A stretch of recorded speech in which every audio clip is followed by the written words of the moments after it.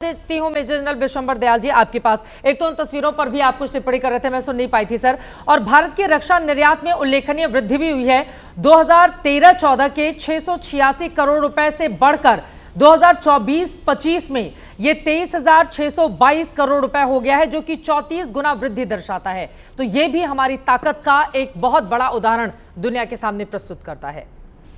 देखिए चित्रा, जब कारगिल युद्ध हुआ था उसके बाद जो है एक कमेटी बनी थी जो सुब्रमण्यम कमेटी थी, और उसके बाद एक रोड मैप बना था। तो उस रोड मैप के जरिए धीरे धीरे करते हुए चीज़ें बढ़ती चली गई। जैसे आकाश मिसाइल जो है वो जब 2009 में मतलब उसकी ट्रायल स्टार्ट हो गई थी, 2010-11 तक इंडक्ट कर दिया गया था। तो ये एक मुहिम थी जिसको जब प्रधानमंत्री आए और उन्होंने जिस तरह से इस पे बार बार पहले कहा पहले कहा था मेक इन इंडिया, फिर आत्मनिर्भरता पे आए, तो एक तवज्जो कांस्टेंट एक जो तवज्जो देते गए। और इसमें हमारी 2-3 चीज़ें बहुत अच्छी थी जो कि हमारे पास काबिलियत थी जो हम एक्सप्लॉइट नहीं कर रहे थे।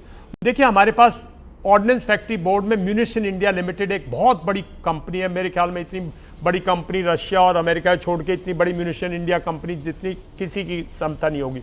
वो TNT प्रोड्यूस करती है, एक्सप्लोजिव्स प्रोड्यूस करती है डिफरेंट ग्रेड्स के, वो प्रोड्यूस कर रही है। दुनिया में हाहाकार मची 2022 के बाद, तो बिल्कुल दुनिया हाहाकार में है, पूरा नाटो उसमें। तो और उसी तरह की एक बहुत बड़ी फैसिलिटी एक सोलर ग्रुप ने जो है नागपुर में लगा दी। और हमारे पास हैदराबाद में कुछ इस तरह की चीज जो नीश टेक्नोलॉजी थी, जैसे बैटरीज ये वो करके। मैं डिफेंस इंडस्ट्री से हूं तो मैं इस पर काफी देर तक बोल सकता हूं इसमें पर, लेकिन अपने दर्शक नहीं समझेंगे। तो ये एक कांस्टेंट जो देखिए जब मेक इन इंडिया में खास नई बात बन पा रही थी, तो इन्होंने जब आत्मनिर्भरता की, जब हम एक बैंड लिस्ट लाए, हमने कुछ चीजें बैंड कर दी कि भाई हम ये इंपोर्ट करेंगे ही नहीं। बिल्कुल। एक पहली बैंड लिस्ट इशू की, दूसरी रिस्ट्रिक्टेड लिस्ट, मतलब ये हम करेंगे नहीं। उसको अगर आपको इंपोर्ट करना है तो आपको गवर्नमेंट की अप्रूवल लेनी पड़ती है, और उस गवर्नमेंट अप्रूवल में मुझे जो सुनने में आई है कि भाई PMO अप्रूव करता है कि आप इंपोर्ट करेंगे या नहीं तो आप पे बाध्य है कि आप उसको यहीं मैन्युफैक्चर करें।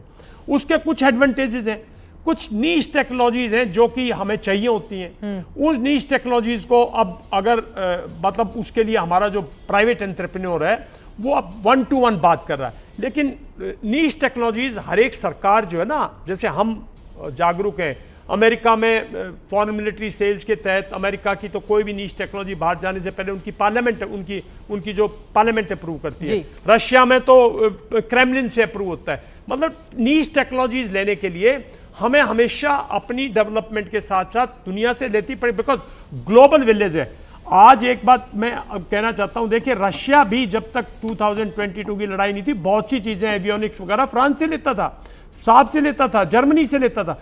और इसी तरह अमेरिका भी, अगर आप देखें अमेरिकन टैंक्स में इंजन जो है वो इंजन और उसका जो वो है वो जर्मनी से जाता है। तो डिफेंस इंडस्ट्री एक बहुत बड़ा ग्लोबल इंडस्ट्री है।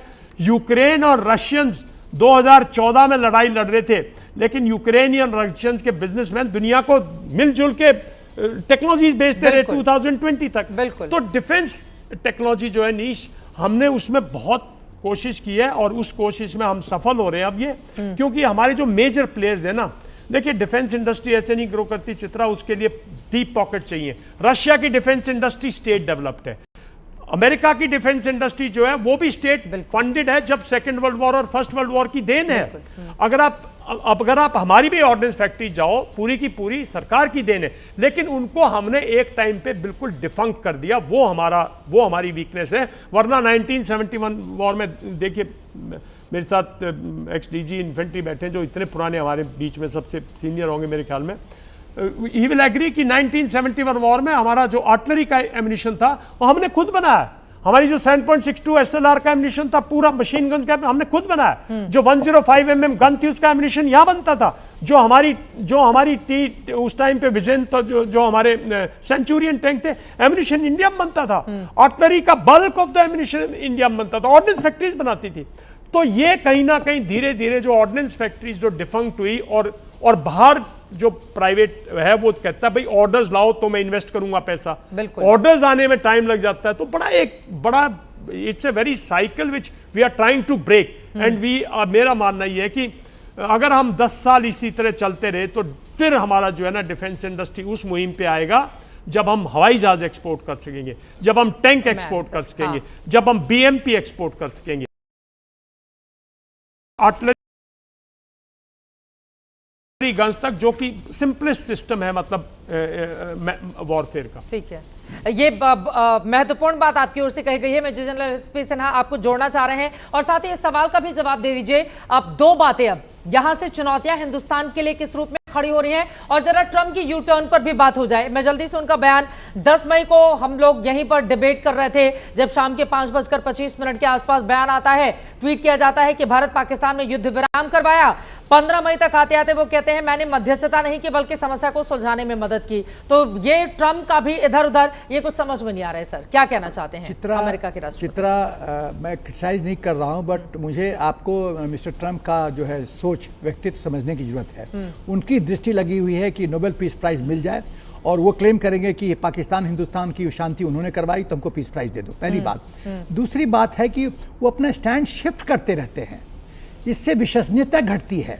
आप एक चीज बोलते हो, 5 दिन में पलट जाते हो, फिर 2 दिन में और पलट जाते हो, तो फिर आप विश्व के सबसे पावरफुल देश के प्रेसिडेंट हो, इस तरह से फिर लोग आप पर विश्वास नहीं करेंगे।